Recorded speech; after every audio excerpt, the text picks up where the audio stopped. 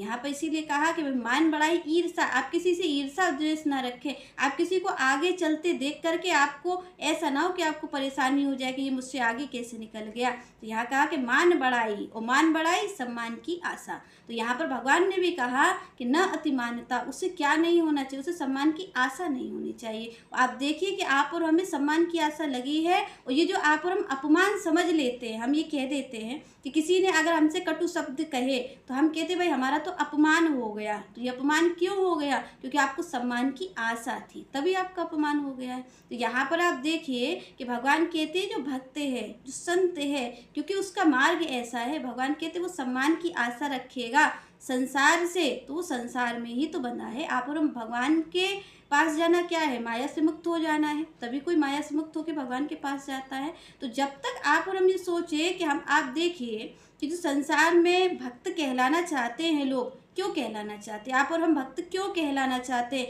ये जो तिलक विलक हम रच लेते हैं, इतनी मालाएं पहन लेते हैं, इसका कारण क्या है? हम भगवान की प्राप्ति करना चाहते हैं? बिल्कुल नहीं, क्योंकि भगवान की प्राप्ति किसी वेशभूषा से तो हो ही नहीं सकती है। पर हम क्यों करते हैं? आप देखिए कि आजकल इतनी रील बनाई जाती है, भगवान के मंदिर में ही रोना आ रहा है, आपको घर में रोना नहीं आता। पर आप देखिए कैमरे के सामने लोग रो रहे हैं, नाच रहे हैं, तिलक लगा रहे हैं, ये सब जो कर रहे हैं, इसी को भगवान कहते हैं कि ये दम्भी है। पर